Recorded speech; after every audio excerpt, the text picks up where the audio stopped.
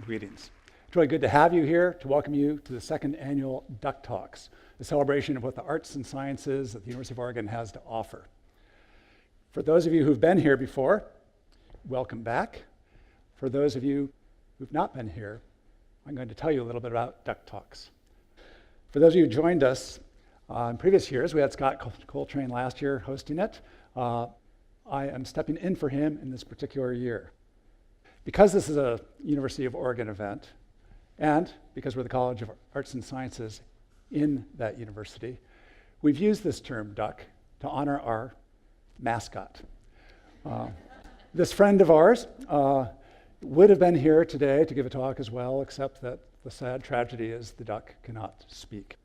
So we are going to turn in this future moment to some other people who will, duck in for him. So we will have a number of speakers who are going to be telling us a number of wonderful tales of what's been going on. But before we get to that point, what is this term, DukTalk? Why is it spelled D-U-K? Well, D-U-K stands for Discovering University Knowledge. Knowledge is what a research university like ours is all about. Faculty here create knowledge, they study knowledge of others, and they really push us to the new frontiers, what can be accomplished across the entire realm of arts, sciences, and social sciences. Our students also immerse themselves in knowledge that helps enhance their careers, but also knowledge that helps them deal with incredible rapid change in technology, helps them cope with cultural transformations that are covering the world as we speak, and helps them reinvent themselves as they look at the new world that emerges each day. Duck, D-U-K, Discovering University Knowledge. What could be more elemental to a university than knowledge?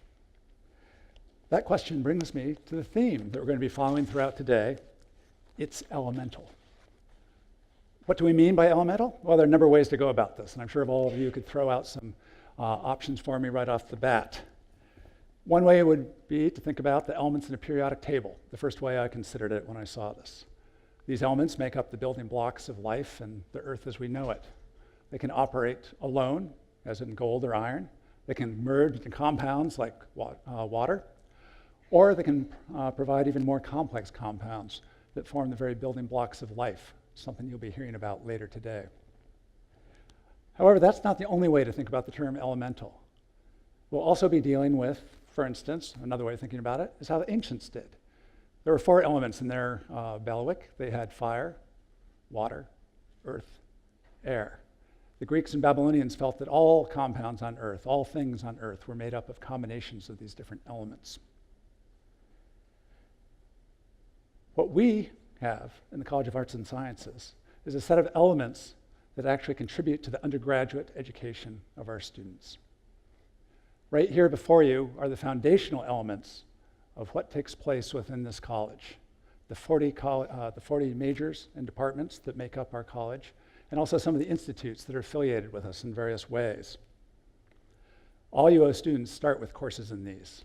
They have to do an undergraduate general education suite that includes social sciences, humanities, and the natural sciences. In these, they require the elemental skills of an arts and sciences education. In this process, they not only learn the topics, but they learn how to question critically, think logically, communicate clearly, act creatively, and live ethically. Our speakers today represent many of those elements. Our speakers are going to cross many of the topics that you see on the last screen, or saw on the last screen, ranging from physics to human physiology, to political science, to medieval studies, and more. That's what they do. But what the liberal arts education is about is really about how they do it. In this day and age, where we can look up any fact in Wikipedia in a mere matter of seconds, it's really important to focus really on the learning process that comes from this arts and sciences education. What you're going to learn about is how the arts and sciences is elemental to how they think about the world, how they conduct their research, and how they've invented their careers. But Before I tell you more about my speakers, forgive me, I'm going to tell you about my children. This is when you're going to know that it's not a TED Talk moment. I want to assure you that I'm not going to show you photos going from diapers to diplomas. That could be done. But rather, what I want to do is use my children as examples of what might occur for the many tens of thousands of ducks that we've had in the past and many that are coming in the future. I'm going to use my children, I hope, to give you some universal examples of what might be learned from an arts and sciences education. My daughter, Rebecca, shown here with her friend Mackenzie giving a graduation speech at Environmental Studies, was wonderful. She was wonderful because not only did she major in environmental studies, she majored in my field, geography. It was a good moment of pride for old Dad, and since I was chair of that department at the time, it was very brave on her part, I have to say. For obvious reasons, we decided that maybe she shouldn't have to give the graduation speech to the geography crew as well. But what struck me as I was reading through her graduation remarks just recently was how similar the message that she and Mackenzie brought forth was to the one that we try to portray for the arts and sciences at large. What I want to do is read a couple of lines out of their talk. In closing, they cited historian and geographer William Cronin, who said, "More than anything else, being an educated person means being able to see connections that allow one to make sense of the world and act within it in creative ways." Mackenzie and Rebecca then went on to say, "This ability to make connections and take action is something that each of us graduating today has acquired in our education. So as we move on to the next phases of our lives, remember to always look for those connections, whether global or local in scale, that allow us to act creatively in the world."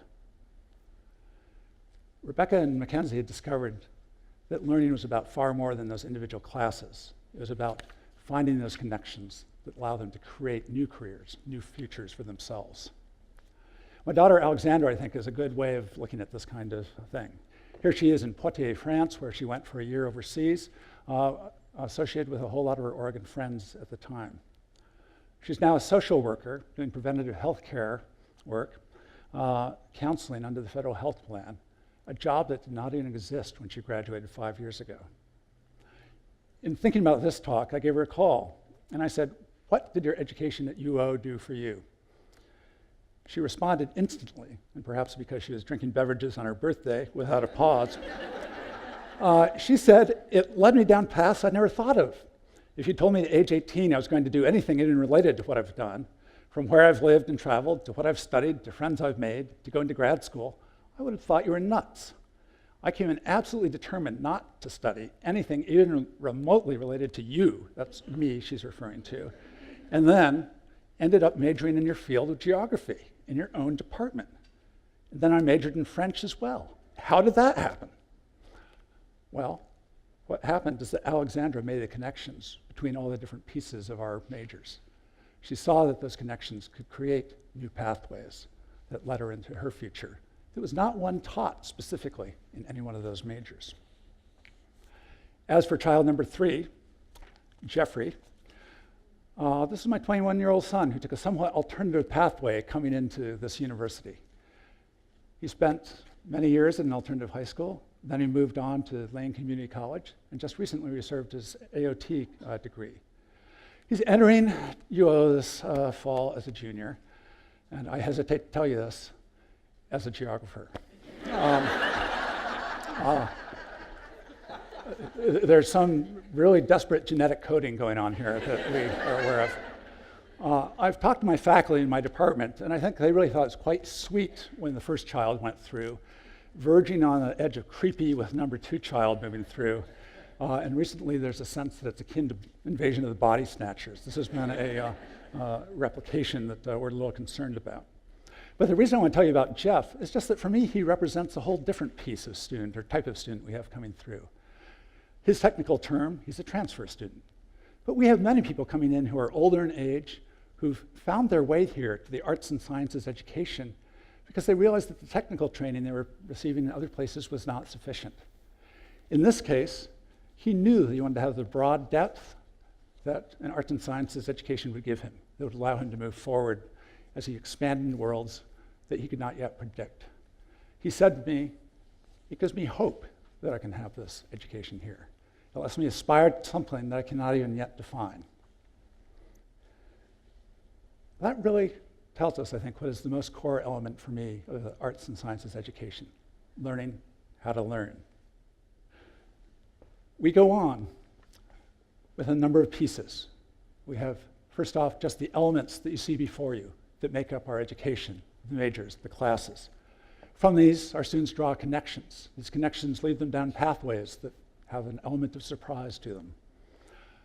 The fact that it does that gives our students hope, a desire to be here, a craving for the kind of education that we provide. And all this together is embedded in the idea that we're learning how to learn. Well, what I've said so far, I have to tell you, could probably be said about most liberal arts colleges. Learning how to learn is something that many different places aspire to. So what is it that's driving students or drawing students from all over the world to come to the University of Oregon at this particular moment? As a geographer, I have a simple answer for you. It's place. I came to this conclusion, in large part, through an exercise that we initiated this past year in the College of Arts and Sciences. It was one that really had a profound impact on me. We asked all of our 40 programs and degrees to offer up strategic plans for the next 5 years. In this process, we really queried across 900 different faculty that make up our college. And what came out of this was a profound sense that there's a commonality here that's deeper than anything I'd realized before. No matter what the major, no matter the individual, central messages came through. A desire to be part of Oregon as a state, as a landscape, as a culture. A desire to do things that bettered the human condition. It didn't matter if you were in the humanities, where people are working to preserve languages and reveal voices that have always been covered up. It doesn't matter if they're in the social sciences, where we're concerned about social justice and political fairness. It doesn't matter if we're in the natural sciences, where we tend to focus more on things like, let's say, prevention of aging problems as we get older. All of our departments had this commitment to enhancing the quality of life for all, to enjoying this landscape we're in and celebrating it, and to making a difference.